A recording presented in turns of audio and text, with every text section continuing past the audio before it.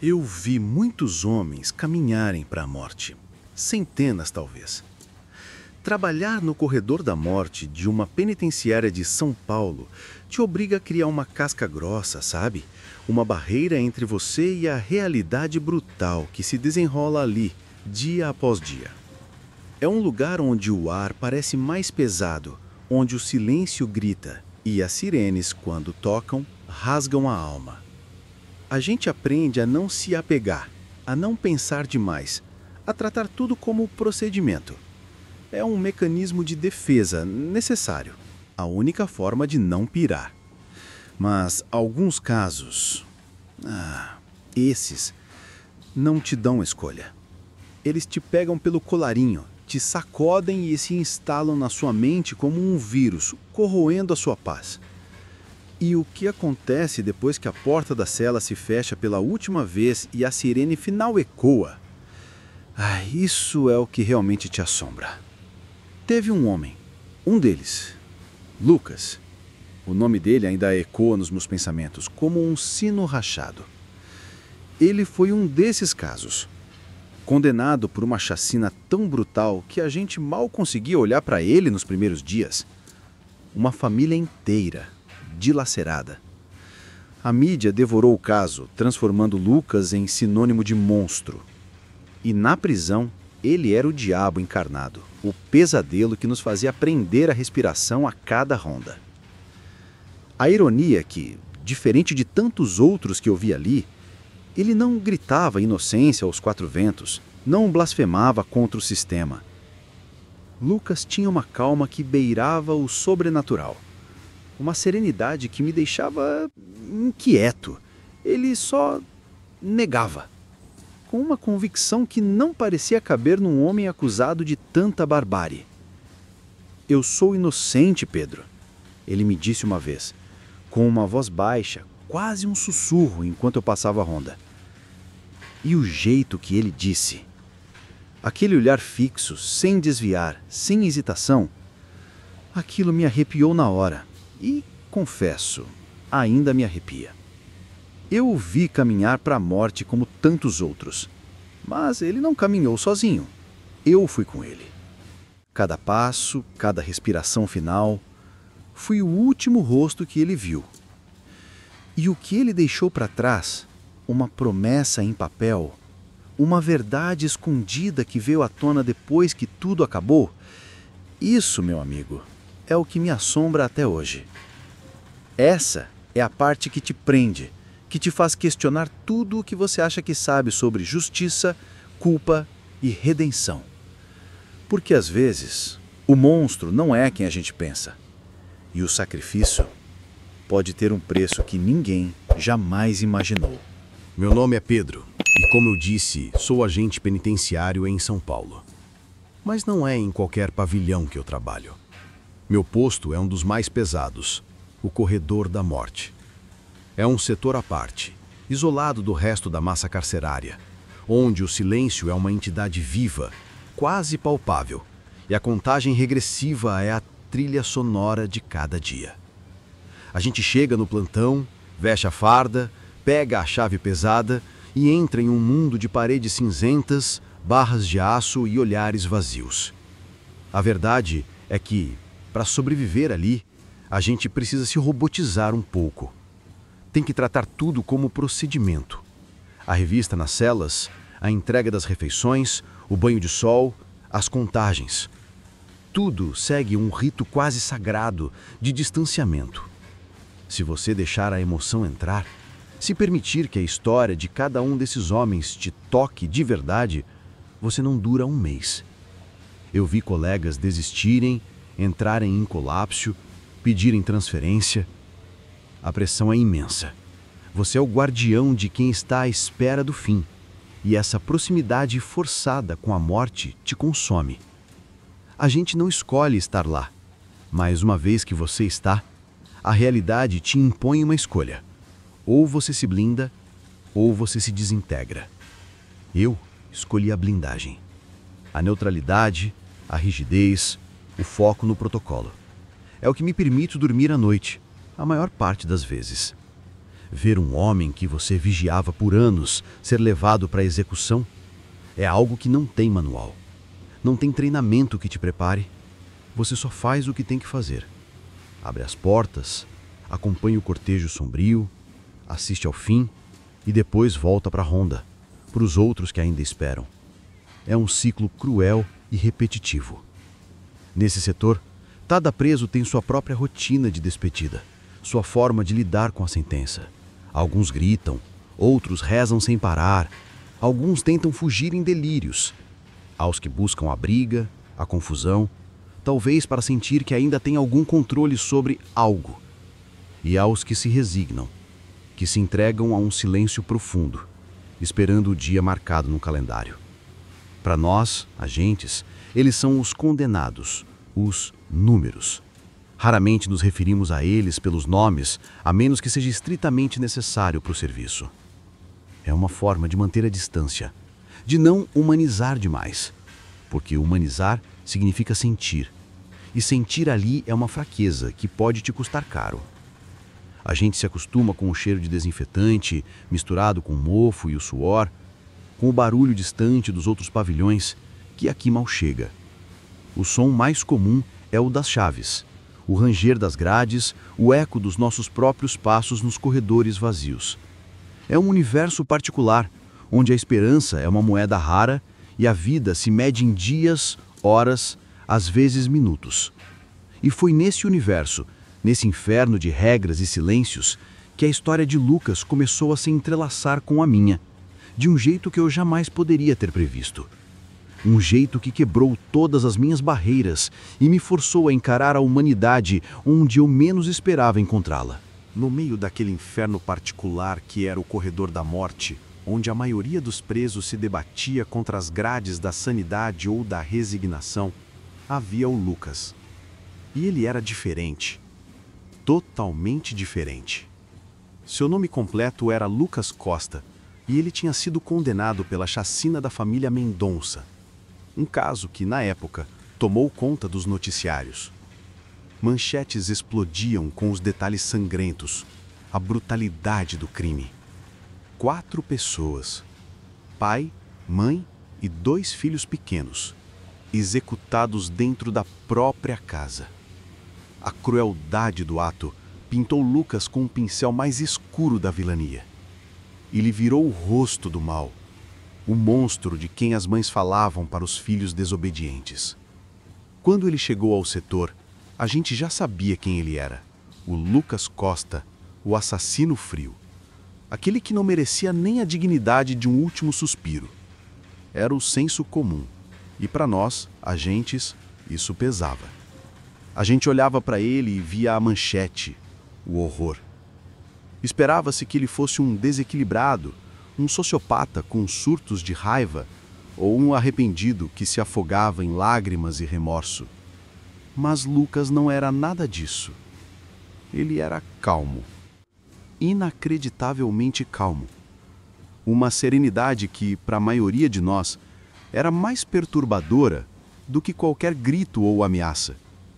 Quando os outros presos berravam, se jogavam contra as grades, Lucas ficava ali, no canto da cela, lendo um livro ou apenas observando a parede. Seus olhos, de um castanho profundo, não tinham a fúria ou o desespero que eu estava acostumado a ver. Tinham uma quietude. Às vezes pareciam melancólicos, outras vezes distantes, como se ele estivesse em outro lugar, muito longe daquelas 4 paredes. A pior parte dessa calma era a convicção com que ele sustentava a sua inocência. Eu já ouvi incontáveis condenados jurarem que eram inocentes. É quase um disco riscado no sistema. Mas com Lucas era diferente. Ele não implorava, não pedia, ele afirmava, com uma simplicidade que era desconcertante. "Eu sou inocente, Pedro", ele me disse, em um dia de ronda, quando eu estava distribuindo os jornais velhos para eles lerem.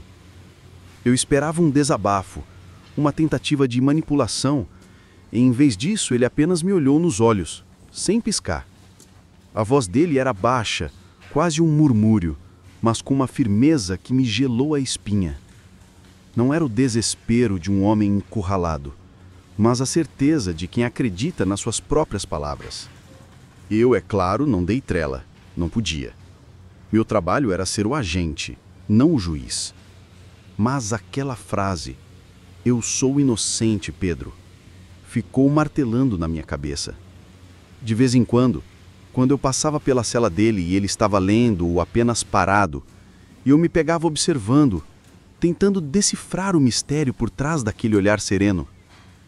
Como um homem acusado de tamanha atrocidade podia carregar tanta paz? Era pura dissimulação? Uma psicopatia tão avançada que o permitia fingir com perfeição? Ou havia algo mais? Essa dúvida, por menor que fosse, era um veneno lento. A gente é treinado para não questionar o veredito, para aceitar o que está no papel. Mas o Lucas, ele me forçou a olhar para além do processo. Ele me forçou a confrontar a possibilidade de que o que parecia óbvio nem sempre era a verdade absoluta. E essa pequena fissura na minha armadura foi o que abriu caminho para tudo que viria a seguir. Uma fresta de incerteza que, sem que eu soubesse, estava prestes a explodir numa tempestade. O tempo no corredor da morte não passa, ele arrasta. Cada minuto é um peso, cada hora uma eternidade. E com Lucas, essa sensação era ainda o mais palpável.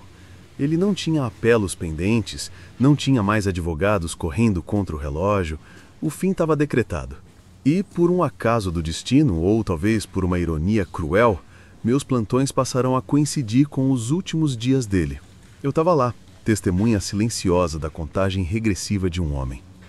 Nesses dias finais, a rotina para nós, agentes, se intensifica. A vigilância é redobrada. Cada movimento do condenado é monitorado. As conversas, quando acontecem, são banais, protocolares.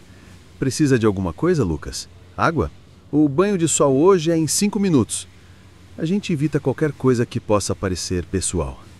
Mas com Lucas, essa barreira começou a se quebrar de um jeito que me pegou de surpresa. Ele não pedia nada, não reclamava de nada, apenas me observava. Às vezes, eu pegava o olhar dele sobre mim, um olhar que não era de julgamento ou de súplica, mas de uma estranha curiosidade, quase como se ele estivesse me avaliando ou tentando entender algo em mim. E foi essa quitude que me incomodou. A maioria dos condenados nessa fase está em desespero, em negação ou em fúria. Lucas não. Ele estava presente. Em um dia desses, há poucos dias do cumprimento da pena, como eles chamam para adorar a pílula, eu estava fazendo minha ronda noturna. O corredor estava envolto naquela penumbra habitual. Apenas as luzes fracas dos corredores quebravam a escuridão. O silêncio era tão denso que eu podia ouvir minha própria respiração. Quando passei pela cela de Lucas, ele estava de pé, próximo às grades, algo que era incomum para ele àquela hora. Ele não fez barulho, apenas murmurou meu nome. Pedro. Eu parei, a mão no coldre, instintivamente em alerta, apesar de saber que não havia ameaça ali. Ele estava condenado, não tinha para onde ir. Sim, Lucas, respondi, a voz neutra, como um agente deve ser. Eu queria te pedir uma coisa, ele disse, a voz baixa, mas clara. Meu corpo tensionou. Um pedido? Um último desejo bizarro? Pedidos de condenados no corredor da morte são sempre um dilema. A gente sabe que muitos tentam uma última cartada, uma distração, qualquer coisa. Depende do que for, respondi, sem compromisso. Ele deu um passo para perto das grades e o seu olhar, aquele olhar profundo, se fixou no meu. Não era um olhar de quem ia implorar por algo impossível. Era diferente. Era quase um olhar de cumplicidade, de quem ia compartilhar um segredo. Não é nada que vá comprometer o seu trabalho, Pedro. Nem nada que mude meu destino aqui. Ele já está selado. E ele deu um leve sorriso triste nos lábios. É sobre o que vem depois. É sobre a verdade. Essa palavra, verdade, me atingiu em cheio. Depois de anos ouvindo mentiras, desculpas esfarrapadas e juras de inocência vazias, a forma como ele disse aquilo teve um peso diferente. Não era a verdade de um criminoso negando o crime. Era a verdade de um homem que sabia que ia morrer e ainda assim carregava algo fundamental. Minha curiosidade foi acionada, rompendo a blindagem que eu tinha construído ao longo dos anos. Eu me vi preso, sem saber. E foi essa última conversa de Lucas que realmente importou. Aqui mudou tudo. Aquele pedido de Lucas me deixou em uma encruzilhada. Naquele ambiente, qualquer coisa fora do protocolo é uma ameaça, um risco que pode custar sua carreira, sua credibilidade e até sua vida. Mas o jeito que ele falou, a seriedade em seus olhos, não era a manha de um criminoso tentando um último truque. Era algo mais profundo. Eu preciso que você entregue uma carta, Pedro, para uma única pessoa. E só depois que eu estiver morto. Minha mente deu um nó. Uma carta? Depois de morto? Isso já era um pedido para além dos limites. Algo que me colocaria em uma situação perigosa se descoberto. A gente era treinado para interceptar qualquer comunicação não autorizada. Minha primeira reação foi recusar, claro. Lucas, você sabe que eu não posso fazer isso. Isso vai contra todas as regras, é inaceitável. Ele não demonstrou raiva, nem desespero. Apenas uma tristeza resignada. Eu sei, Pedro. Eu entendo. Mas essa carta, ela não é sobre mim, não mais. É sobre a verdade. E a verdade aqui dentro é uma moeda muito rara. É a única coisa que me resta para deixar para trás. Ele fez uma pausa e sua voz baixou ainda mais. Quase um sussurro que parecia carregar o peso de anos de silêncio. Essa carta pode mudar a percepção sobre o meu crime, sobre o que realmente aconteceu naquela noite. E não é para me eximir, Pedro, é para corrigir. É sobre inocentes que foram e ainda são vítimas. Aquelas palavras me atingiram. Inocentes que foram e ainda são vítimas. Quem eram esses inocentes? O que ele queria dizer? Meus olhos se fixaram nos dele, tentando encontrar algum sinal de mentira, de manipulação. Mas não havia. Havia apenas uma urgência silenciosa. Ele então me explicou o destino da carta. Eu quero que você entregue para o Dr. Roberto Almeida. Você conhece, certo? O advogado que tentou pegar meu caso nos últimos recursos. Aquele que questionou algumas coisas sobre as provas no caso de Lucas, antes de ser afastado. O Dr. Roberto Almeida era um nome conhecido nos círculos jurídicos. Um defensor público famoso por pegar casos aparentemente perdidos e que, de fato, tinha feito algumas perguntas incômodas sobre as provas no caso de Lucas antes de ser afastado. Ele é o único que pode entender o que está ali. O único que pode ter a coragem de olhar para o que eu vou te dar. Mas, por favor, Pedro, só depois. Depois que eu tiver cumprido minha pena. O silêncio preencheu a cela.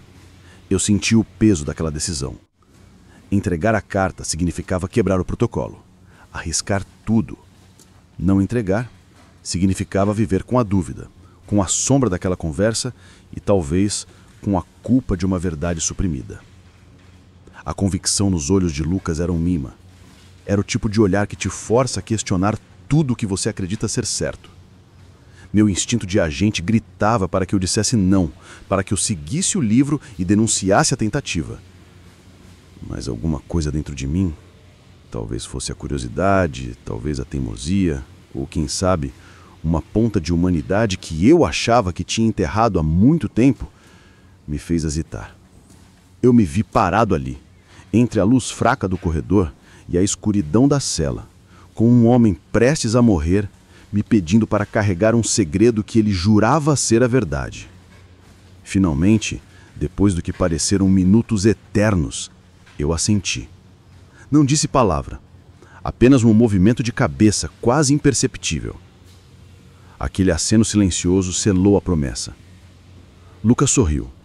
Um sorriso pequeno e quase aliviado. Ele estendeu a mão entre as grades e ali estava. O envelope simples, amassado, sem selo, apenas com Dr. Roberto Almeida, escrito à mão. Eu o peguei, senti o papel fino entre os meus dedos e o enfiei rapidamente no bolso da minha farda, meu coração batendo um ritmo diferente. Naquele momento, eu soube que a minha vida na prisão e fora dela nunca mais seria a mesma. Com a carta de Lucas escondida no bolso, sentindo o papel amassado contra minha perna a cada passo, voltei para o meu posto naquela noite com a cabeça a mil. Meu coração batia um ritmo descompassado, não pelo medo de ser pego, ainda não a essa altura, mas pela pura angústia da decisão que eu havia tomado. Eu, Pedro, um agente que sempre se orgulhou de seguir o livro, de ser o mais correto na minha ala, tinha acabado de quebrar uma das regras mais básicas de segurança penitenciária, a comunicação não autorizada de um detento. O pior é que a justificativa para minha ação era quase inexistente, pelo menos no papel. Um olhar, uma promessa sussurrada sobre verdade e inocentes. Era ridículo. Qualquer um dos meus superiores me faria em pedaços. Seria uma investigação interna, suspensão, talvez até a demissão por conduta indevida. Minha carreira, construída com tanto suor e anos de serviço, poderia desmoronar por causa de um homem que a sociedade já havia condenado. Passei o resto do plantão remoendo. Olhava para as câmeras de segurança, imaginando se algum movimento meu havia sido suspeito. Pensava nos meus colegas, nos meus superiores. Como eu explicaria isso? Como eu justificaria um ato de desobediência a um protocolo tão fundamental, especialmente vindo de um condenado por um crime tão hediondo? O senso comum gritava na minha cabeça. Ele é um assassino. Provavelmente está te manipulando para alguma bobagem, para ter um último minuto de atenção. Mas a voz de Lucas, aquela calma, aquela convicção, é sobre a verdade, é sobre inocentes que foram e ainda são vítimas. Aquilo ecoava. Aquele pedido não parecia uma tentativa de fuga ou de armação típica. Parecia um desabafo final de quem não tinha mais nada a perder, a não ser a própria dignidade e a busca pela verdade. E a quem mais ele confiaria um segredo desses, senão ao agente que o via diariamente, o último elo entre ele e o mundo exterior? Eu me via em um cabo de guerra interno. De um lado, o dever, a disciplina, a segurança do meu emprego, a proteção da ordem no sistema penitenciário. Do outro, uma semente de dúvida, uma ponta de empatia que eu achei que não tinha mais e a curiosidade sobre o que diabos poderia estar escrito naquele envelope. O que uma carta de um homem no corredor da morte, escrita em seus últimos dias, poderia conter de tão impactante que justificasse o risco que eu estava correndo? Minha consciência estava em frangalhos. Eu sabia que se eu entregasse a carta à direção, como deveria, Lucas passaria seus últimos dias com a certeza de que a sua última esperança havia sido esmagada. Ele veria que até mesmo aquela pequena e arriscada tentativa de expor sua verdade falhou. E eu viveria com a certeza de ter suprimido algo que, para ele, era vital. Naquela noite, a cela de Lucas parecia ainda mais sombria, um vulto silencioso. Ele dormia, ou fingia dormir. E eu, do lado de fora, sentia o peso de uma responsabilidade que não era minha, mas que eu havia aceitado no calor de um momento. Não havia volta. A promessa estava feita. E agora eu teria que viver com as consequências, fossem elas quais fossem. A morte de Lucas estava marcada para dali a alguns dias, e a cada batida do relógio, o envelope no meu bolso parecia ficar mais pesado. Um fardo que eu não sabia se teria forças para carregar. Os dias se arrastaram, pesados e cheios de uma tensão silenciosa. A data da execução de Lucas estava marcada, irreversível. Para nós, agentes do Corredor da Morte, esses dias são os mais longos. A penitenciária inteira respira um ar diferente, uma expectativa mórbida. Os detentos dos outros pavilhões, mesmo sem acesso direto ao nosso setor, sentem. É como se a própria estrutura de concreto e aço gemesse sobre o peso da vida que está prestes a ser tirada. No dia D, o ambiente muda drasticamente. Não há gritos, não há brigas. Há um silêncio quase reverencial, que chega a ser mais aterrorizante do que o caos. Todos sabem o que vai acontecer. A equipe extra chega, os procedimentos são revisados uma última vez. Parece um ritual antigo, macabro, onde cada passo é coreografado e cada pessoa tem um papel a cumprir. E o meu papel, naquele dia, era estar ao lado de Lucas. Ser o último rosto conhecido para aquele homem que havia se tornado, para mim, um enigma. Quando fui buscá-lo na cela, Lucas já estava de pé, vestido com um uniforme limpo que é dado nessas ocasiões. Ele estava pálido, claro. Não havia como não estar. O cheiro de desinfetante se misturava ao suor frio do medo. Mas a surpresa veio no olhar dele. Não era desespero, não era resignação absoluta. Era uma calma quase sobrenatural. Aquela mesma que me perturbava desde o primeiro dia. Ele me olhou e eu vi um leve, quase imperceptível, assentir com a cabeça. Um gesto silencioso de quem reconhecia a promessa, ou, talvez, a minha presença ali. Pronto, Lucas? Eu perguntei, a voz soando rouca, mecânica. Era o que se perguntava, não era uma questão. Pronto, Pedro, ele respondeu com a mesma calma. E ali, naquele momento, eu senti um calafrio na espinha. Ele estava em paz? Ou era apenas um teatro final, a última encenação de um monstro?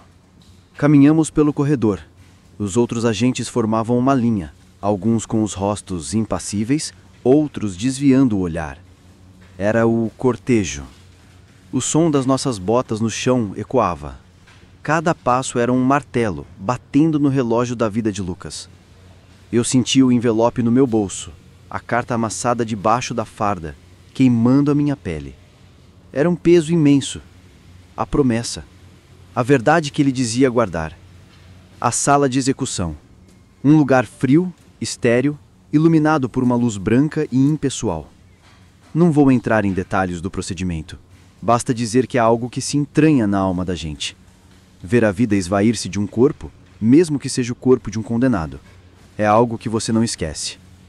Lucas foi posicionado. Os últimos ritos foram realizados. Ele não lutou, não chorou, não disse uma última palavra em voz alta. Apenas fechou os olhos. Minha visão ficou turva por um instante. Não foi por tristeza, diretamente. Foi pela estranheza de tudo aquilo. Pela contradição. Como um homem acusado de tamanha brutalidade podia enfrentar o fim com tanta serenidade? Era a paz da inocência, como ele dizia?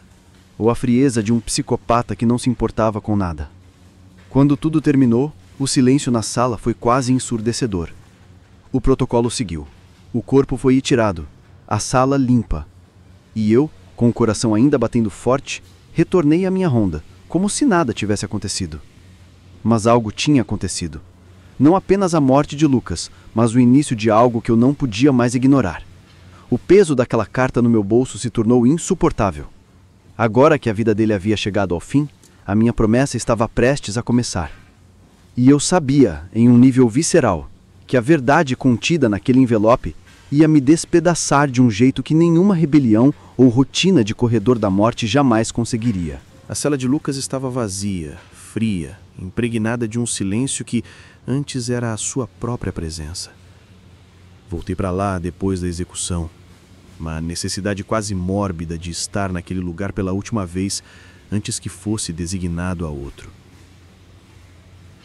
Eu precisava de um tempo, um espaço onde pudesse respirar e finalmente enfrentar o que estava no meu bolso. O relógio de pulso marcava quase 2 da manhã. O plantal seguia, mas minha mente estava em outro lugar. Minhas mãos tremiam levemente enquanto eu tirava o envelope amassado de dentro do meu bolso. Não era medo de ser pego, não mais. Era a apreensão do desconhecido. A sensação de estar à beira de um abismo. A luz fraca da lanterna que eu carregava cortava a escuridão da cela, projetando sombras alongadas nas paredes. O nome Dr. Roberto Almeida parecia me encarar, cobrando a promessa. Mas eu tinha que ler, tinha que saber. Rasguei o envelope com cuidado, quase ritualisticamente. O papel era áspero, com a caligrafia de Lucas firme e surpreendentemente legível. Comecei a ler as primeiras linhas, esperando as habituais juras de inocência, as lamúrias, mas o que veio em seguida me atingiu como um soco no estômago, tirando o meu ar. Lucas não começou negando o crime. Ele começou confessando uma parte dele, mas de uma forma que virou tudo de cabeça para baixo. Pedro, se você está lendo isso, significa que eu não pude mais falar. Eu não sou um homem santo. Errei muito na vida e paguei por meus erros. Mas a chacina da família Mendonça, eu não a cometi.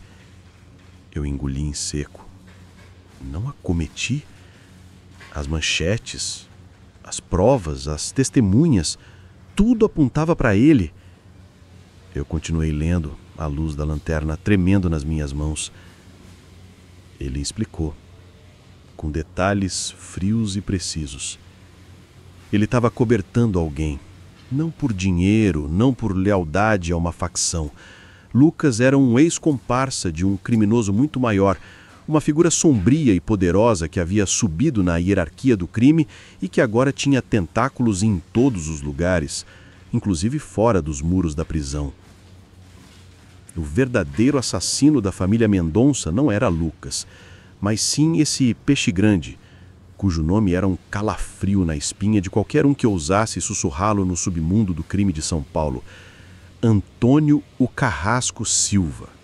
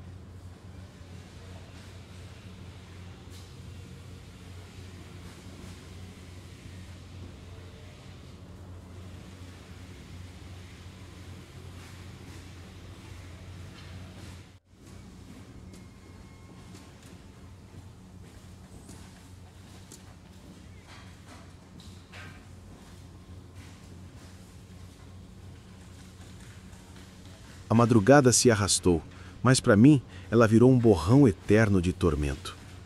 Com a carta de Lucas ainda nas mãos, a luz da minha lanterna se tornou um farol que, em vez de iluminar, apenas expunha a escuridão dentro de mim. O corpo de Lucas já não estava mais na prisão, mas a sua verdade, essa havia se instalado na minha mente com uma força avassaladora. Eu tinha participado daquilo. Não intencionalmente, não por má fé, mas tinha participado. Eu, Pedro, o agente que jurou proteger a lei e garantir a justiça, tinha sido uma engrenagem, por menor que fosse, na máquina que mandou um homem inocente, pelo crime que o levou à morte, para a execução. Um homem que, na verdade, era um pai desesperado, um marido que escolheu o sacrifício supremo para salvar sua família. Essa constatação me corroía por dentro. A imagem de Lucas, calmo, sereno, as palavras "Eu sou inocente, Pedro", ecoando na minha cabeça. Quantas vezes eu olhei para ele e vi o monstro que a mídia e o sistema me fizeram acreditar que ele era? Quantas vezes eu ignorei aquela calma incomum, atribuindo-a à frieza de um psicopata, quando na verdade era a resignação de um mártir? A culpa, um monstro invisível e silencioso, começou a apertar o meu peito. Eu senti um nó na garganta, um desejo incontrolável de gritar, de quebrar alguma coisa. E o pior, o verdadeiro culpado, Antônio o Carrasco Silva, aquele que orquestrou a chacina, que manipulou as provas e ameaçou a família de Lucas, estava lá fora, livre, vivendo a sua vida, talvez até prosperando, enquanto um homem inocente pagou com a vida por um crime que não cometeu. A ideia de que esse monstro andava impune, enquanto o sacrifício de Lucas era selado pelo meu silêncio, era insuportável. Meu trabalho, que antes era uma questão de rotina e procedimento, de repente se transformou em uma farsa. Cada porta de cela que eu abria, cada rosto que eu via, cada som das chaves pesadas, tudo me lembrava da injustiça que eu testemunhara e da qual, de certa forma, fiz parte. Eu não conseguia mais olhar para o sistema com os mesmos olhos. A fé na justiça, que já era tênue, se estilhaçou completamente. Eu tentava racionalizar. Eu não sabia. Eu estava apenas cumprindo ordens. Não era minha responsabilidade investigar. Mas essas desculpas eram vazias. Elas não silenciavam a voz de Lucas na minha mente, nem apagavam a imagem daquele sorriso triste ao me entregar a carta. Ele havia confiado em mim. E eu, mesmo sem querer, o levei para a morte com sua verdade silenciada, por horas, por minutos preciosos. A prisão se tornou um lugar ainda mais sufocante. Antes, as paredes me protegiam do caos exterior. Agora, elas pareciam me prender com a minha própria consciência. Eu sentia uma urgência, uma necessidade visceral de fazer algo, de corrigir aquele erro, mesmo que fosse tarde demais para Lucas. Mas como? Como um simples agente penitenciário, sozinho, poderia enfrentar uma rede de mentiras e um criminoso tão poderoso quanto o Carrasco? A noite se desfez em um dia cinzento. Eu terminei meu plantão exausto, não por cansaço físico, mas pela batalha mental que havia travado. Eu sabia que não poderia simplesmente engolir aquela verdade. Não conseguiria viver com ela, sabendo que Lucas havia morrido para me entregá-la. E foi nesse ponto de ruptura, com a culpa e a raiva fervendo dentro de mim, que eu decidi. Eu precisava agir. Por Lucas, pela justiça, pelo que restava da minha própria consciência. A noite virou dia e meu plantão finalmente terminou. Mas a exaustão que eu sentia não era de um dia comum de trabalho. Era o peso daquela carta, das verdades que ela revelava e da promessa que eu havia feito a um homem morto. A rotina do presídio, que antes me dava uma falsa sensação de controle, agora parecia um teatro macabro, onde os verdadeiros monstros andavam livres do lado de fora. Eu tinha duas escolhas, ambas carregadas de perigo. A primeira, e a mais segura, seria queimar aquela carta, esquecer que Lucas existiu e seguir em frente com a minha vida fingindo que a balança da justiça era perfeita. Meu emprego estaria a salvo, minha rotina intacta e a minha consciência, bem, essa ficaria para o inferno particular do meu sono. Muitos fariam isso, a maioria faria. Ignoraria a ponta de uma verdade que poderia derrubar tudo e todos. Mas a segunda escolha, essa me chamava com uma força que eu não conseguia resistir. Era a voz de Lucas, calma e persistente, ecoando em minha mente. É sobre a verdade. É sobre inocentes que foram e ainda são vítimas. E a imagem daquele político, Antônio o Carrasco Silva, o verdadeiro assassino, ainda solto, era um veneno. Eu não conseguia mais respirar sabendo que ele andava por aí impune, enquanto Lucas, um homem que se sacrificou pela família, havia sido consumido por esse mesmo sistema. Minha farda, antes um símbolo de autoridade e ordem, agora parecia sufocante. Era um lembrete constante de que eu era parte de algo que falhou miseravelmente com Lucas. Eu não podia mais me esconder atrás do protocolo. Não depois de ver aquelas palavras, não depois de ver o sacrifício. A decisão foi dolorosa, tomada em um silêncio assustador na minha pequena cozinha, sob a luz fria da geladeira. Eu peguei a carta novamente, relendo alguns trechos. Cada palavra parecia martelar na minha cabeça. Justiça, redenção, sacrifício. Eu sabia o risco. Expor um criminoso do calibre de o Carrasco Silva, que tinha conexões e poder, não era brincadeira. Eu estaria colocando minha vida em risco, a minha carreira em chamas. Mas a ideia de não fazer nada, essa era uma morte pior do que qualquer ameaça externa. Seria a morte da minha própria alma. Eu precisava entregar a carta ao Dr. Roberto Almeida, como Lucas havia pedido. Ele era a única ponte que Lucas havia deixado, o único elo com o mundo exterior que poderia dar voz àquela verdade explosiva. Lembrei-me das reportagens, dos questionamentos do Dr. Almeida sobre o caso, da sua teimosia em buscar inconsistências. Ele era a pessoa certa, a única pessoa que talvez tivesse a coragem de mergulhar nesse lamaçal. A adrenalina começou a bombear nas minhas veias. Não era medo. Era uma determinação fria. Eu não tinha um plano elaborado, não tinha um esquema de proteção. Eu era apenas um agente penitenciário com uma carta e uma consciência pesada. Mas eu tinha Lucas. Tinha a memória da sua calma e do seu sacrifício. E de alguma forma, isso me dava a força que eu precisava. Eu ia confrontar o sistema. Ia balançar as estruturas que eu mesmo ajudava a sustentar. Ia desenterrar uma verdade perigosa que alguém poderoso queria enterrada. E faria isso por um homem que a sociedade havia esquecido, mas que na morte me entregou a chance de ser finalmente um agente de verdade. Não um robô, mas um homem que busca a justiça, custe o que custar. Com a decisão tomada, o Dr. Roberto Almeida era o meu único caminho. Encontrá-lo sem levantar suspeitas foi o primeiro obstáculo. Não dava para simplesmente ligar ou aparecer na porta do escritório dele sendo um agente penitenciário com uma história dessas. A cadeia tem olhos e ouvidos em todo lugar, e eu não podia arriscar que a minha movimentação chamasse a atenção de quem quer que estivesse protegendo o Carrasco. Comecei pesquisando sobre ele. Descobri que o Dr. Almeida tinha um perfil público, participava de palestras, seminários.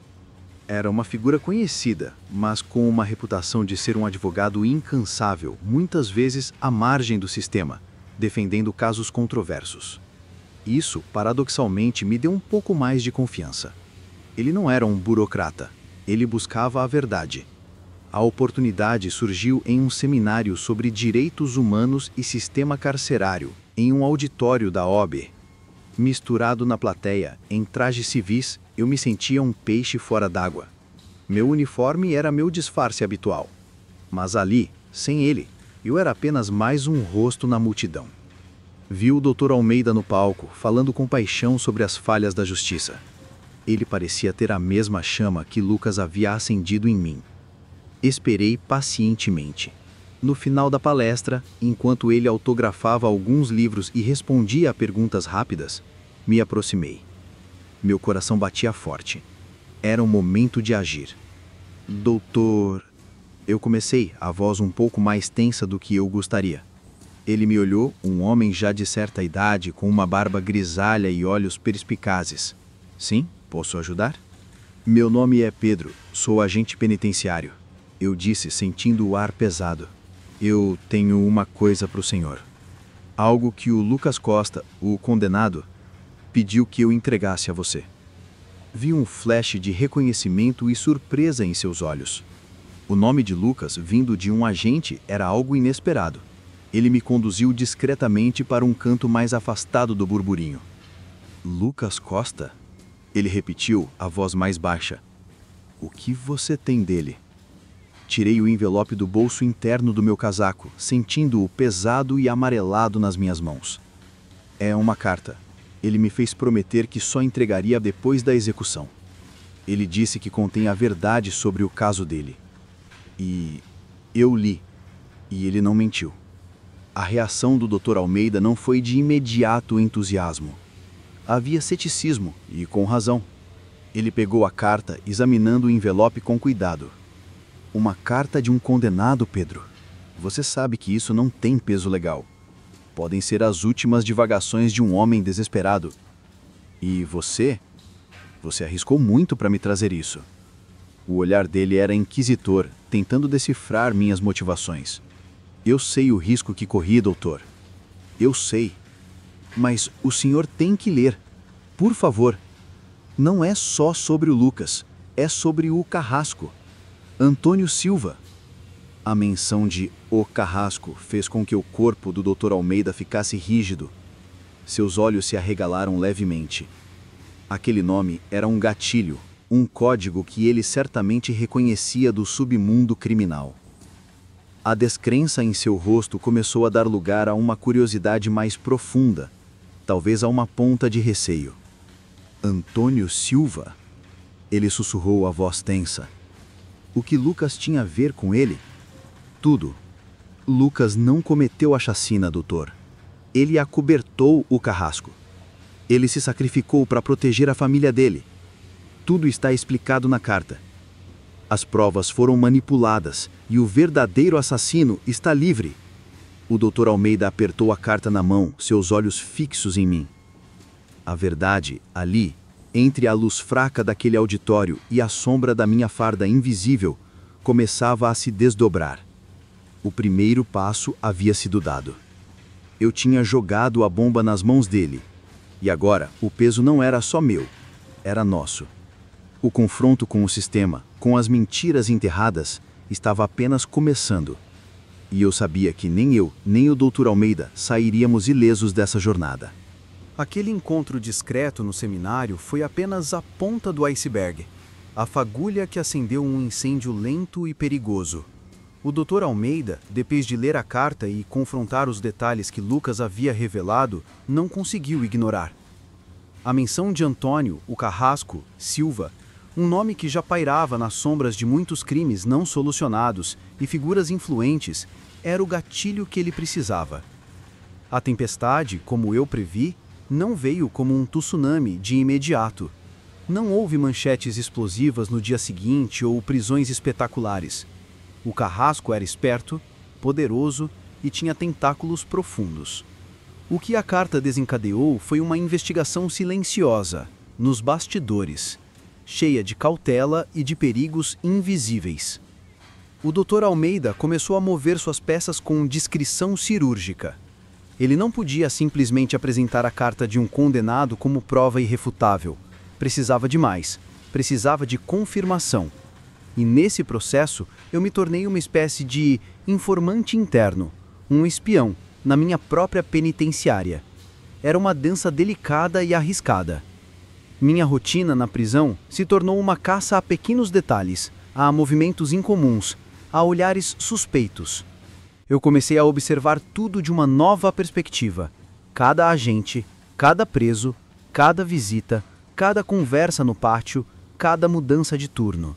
Eu buscava conexões, padrões. Qualquer coisa que pudesse, indiretamente, ter relação com o nome do Carrasco ou com a manipulação de provas. A sensação de perigo era constante. Era um frio na espinha que não vinha de uma rebelião iminente, mas de uma ameaça velada, onipresente. Eu sabia que, se descobrissem que eu estava de alguma forma ligado a uma investigação sobre o Carrasco, minha vida não valeria nada. E a vida da minha família, embora eu tentasse mantê-los o mais longe possível dessa sombra, também poderia ser comprometida. O sacrifício de Lucas para proteger os seus me dava uma clareza dolorosa sobre o que estava em jogo.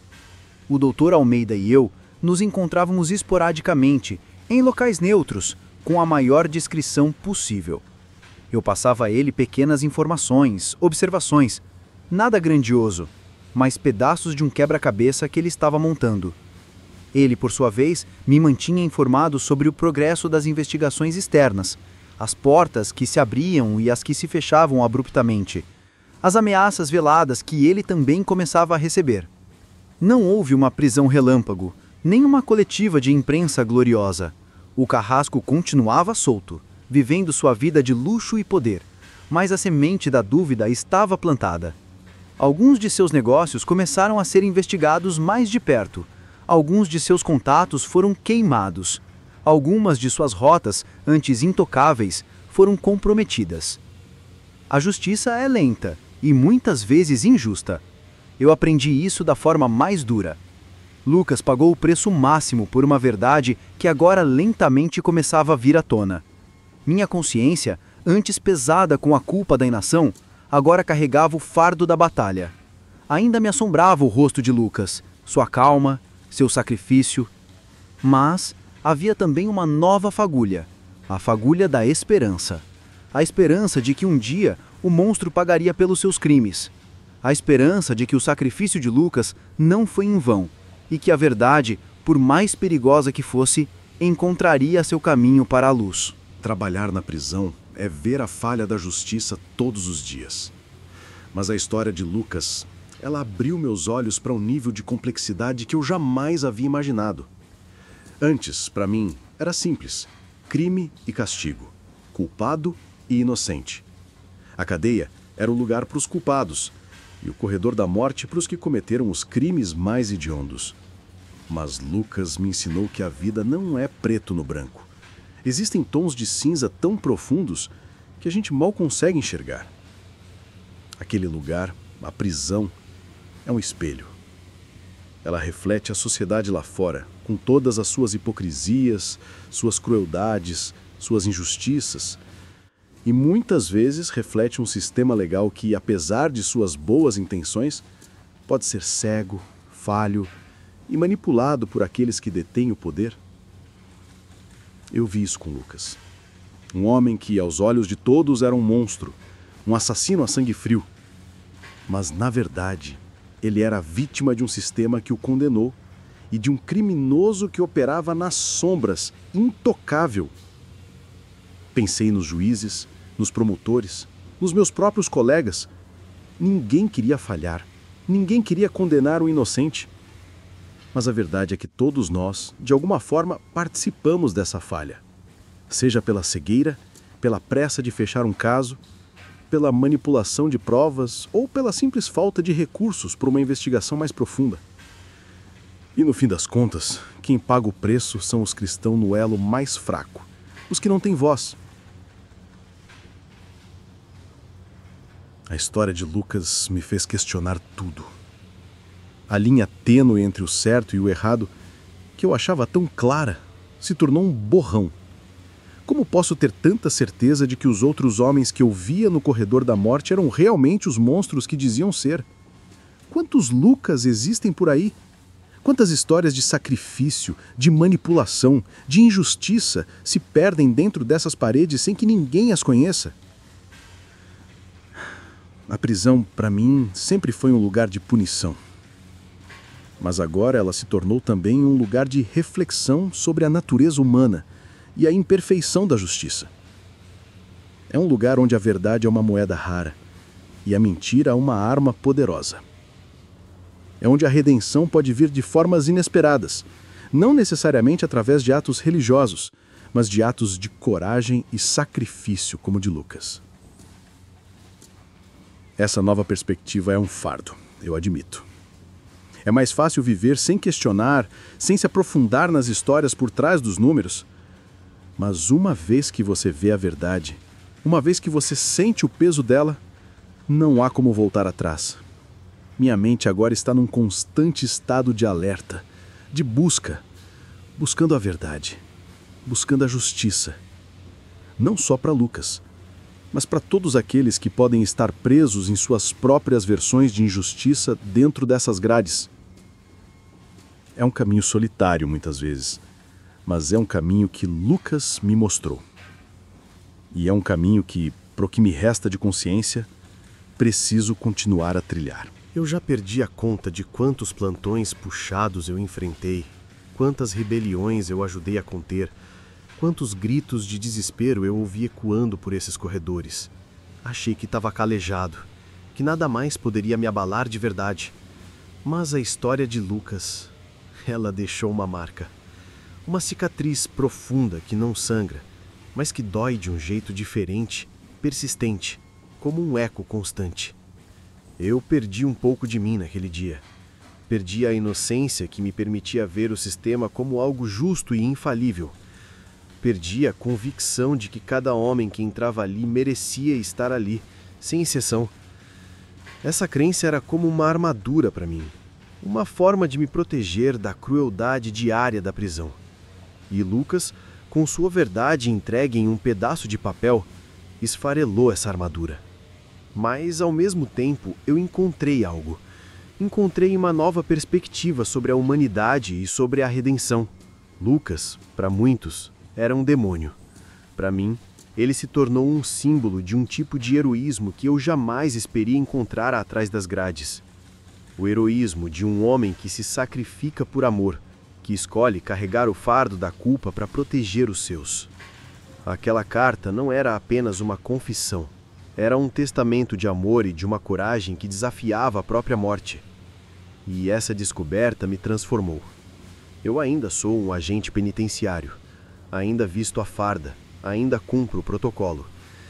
Mas meus olhos veem além das celas, além dos números. Eu vejo as histórias, as dores, as injustiças e sim, as poucas e raras fagulhas de esperança e de mudança. Essa mudança de perspectiva não é fácil. Ela te força a confrontar verdades desconfortáveis sobre o seu próprio papel, sobre a sociedade. É como se, de repente, eu tivesse recebido uma lente que me permite ver as rachaduras no muro que eu antes pensava ser inabalável. Isso me torna mais vulnerável, talvez, mas também me torna mais humano. A cada dia que passa, sinto que o sacrifício de Lucas não foi em vão. A investigação do Dr. Almeida continua avançando, devagar, mas com persistência. Eu não sei se um dia o Carrasco será formalmente responsabilizado por todos os seus crimes, inclusive pelo de Lucas. A justiça é uma criatura lenta e muitas vezes cega. Mas o fato de que a verdade dele está sendo perseguida, de que o nome de um inocente está sendo limpo, mesmo que aos poucos, isso é o que me permite continuar. Eu não busco glória, não busco reconhecimento, apenas paz. A paz de saber que fiz a coisa certa, mesmo que tenha custado um pedaço da minha antiga vida. E a cada passo que dou dentro desses corredores, eu sinto que, de alguma forma, estou honrando a promessa feita a Lucas. A consciência, ela ainda pesa, claro, mas agora carrega uma fagulha de esperança, uma certeza de que a verdade, por mais difícil que seja, sempre vale a pena ser defendida. Essa é a minha história. Ou, para ser mais exato, é a história de Lucas, que se entrelaçou com a minha de uma forma que eu jamais imaginei. Uma história que começou em um corredor frio e silencioso de uma prisão em São Paulo e que ainda ecoa dentro de mim, transformando a cada dia a forma como eu vejo o mundo. E eu passei anos acreditando que minha função era clara, ser o guardião das grades, o elo entre a sociedade e aqueles que a violaram. Minha vida era sobre regras, procedimentos e a manutenção da ordem. Eu achava que a justiça era uma balança com pesos exatos e que quem estava do lado de lá, atrás das grades, estava ali por mérito próprio, com a culpa devidamente comprovada.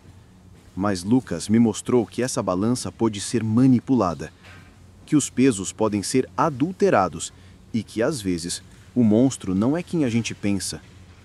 A verdade é a coisa mais perigosa que existe lá dentro da prisão. Ela pode derrubar muros, expor mentiras e, como aconteceu comigo, mudar completamente a percepção de quem a encontra. Lucas, com sua calma enigmática e seu sacrifício silencioso, virou meu mundo de cabeça para baixo.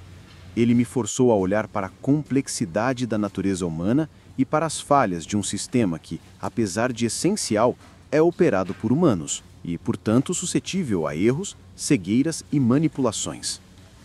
O que eu aprendi é que por trás de cada uniforme, por trás de cada cela e por trás de cada número de matrícula, existe uma história, uma vida, um ser humano. E muitas dessas histórias nunca serão contadas, nunca serão ouvidas. Elas se perdem no eco dos corredores, nos murmúrios abafados da rotina.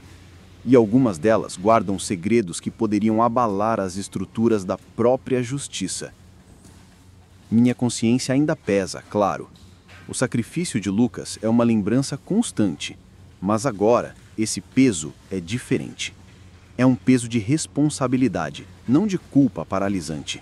É a certeza de que a busca pela verdade é um caminho sem fim, mas que vale a pena ser percorrido, custe o que custar. Não por glória ou reconhecimento, mas pela paz de saber que, no fim das contas, eu fiz a coisa certa. Essa é a minha história. A promessa que fiz no corredor da morte e que me transformou. E você? O que faria se a verdade que você jurou proteger fosse a que te assombrasse? O que você faria se descobrisse que nem tudo é como parece e a justiça pode ser cega, não por virtude, mas por falha? Obrigado por ouvir. Fique por dentro, pois essas paredes guardam muitos outros segredos que merecem ser contados.